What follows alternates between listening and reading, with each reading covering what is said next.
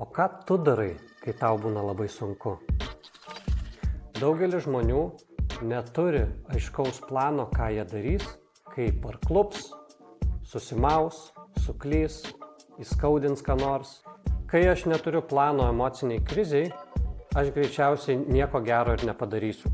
Jeigu tu iš anksto pasiruoši savo atsigavimo planą, tai kai būsi kriziai, o tu tikrai dar papulsi į krizę gyvenime, tau nereikės mąstyti, tu galėsi tiesiog imtis pozityvių veiksmų, kad atsigautum.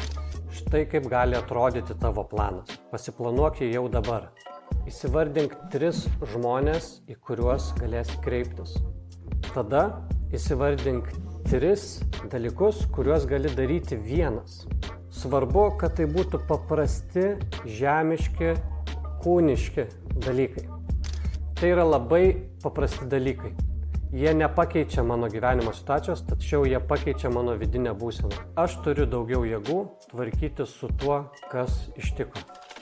Susikurk savo atsigavimo planą jau dabar. Pasiruošk krizėms, kurios vis tiek gyvenime bus.